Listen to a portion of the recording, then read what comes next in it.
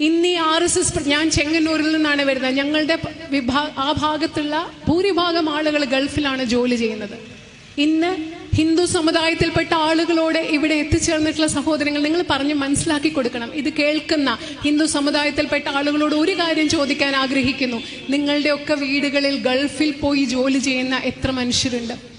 ഒരു പക്ഷേ ഗൾഫ് രാജ്യങ്ങളിൽ നിന്ന് കിട്ടുന്ന പൈസ കൊണ്ടും വിദേശ രാജ്യങ്ങളിൽ നിന്ന് കിട്ടുന്ന പൈസ കൊണ്ടുമാണ് ഇന്ന് വർഗീയത പറഞ്ഞ് കൊല്ലാൻ ശ്രമിക്കുന്ന പല ആളുകളുടെയും വീടുകൾ മുൻപോട്ട് പോകുന്നെന്നുള്ള യാഥാർത്ഥ്യം മനസ്സിലാക്കണം. നാളെ വിദേശ രാജ്യങ്ങളിൽ, യൂറോപ്യൻ രാജ്യങ്ങളിൽ, ക്രിസ്തു മതത്തിനും ഇസ്ലാം മതത്തിനും പ്രാമുഖ്യമുള്ള രാജ്യങ്ങളിൽ നാളെ അവരൊരു നിയമം കൊണ്ടുവരികയാണ്. ഇന്ത്യ ഇവിടെ ചെയ്യുന്നത് ഇതാണ്, വംശഹത്യയാണ്. അതുകൊണ്ട് നാളെ ഈ രാജ്യങ്ങളിലേക്ക് ഹിന്ദു മതത്തിൽ ഒഴികെയുള്ള മാത്രം ഇവിടെ ജോലി ചെയ്യാൻ വന്നാൽ മതി എന്ന് പറഞ്ഞാൽ ഇവിടെ BJPക്കും RSSനും വേണ്ട പണം എവിടെ നിന്ന് കിട്ടും?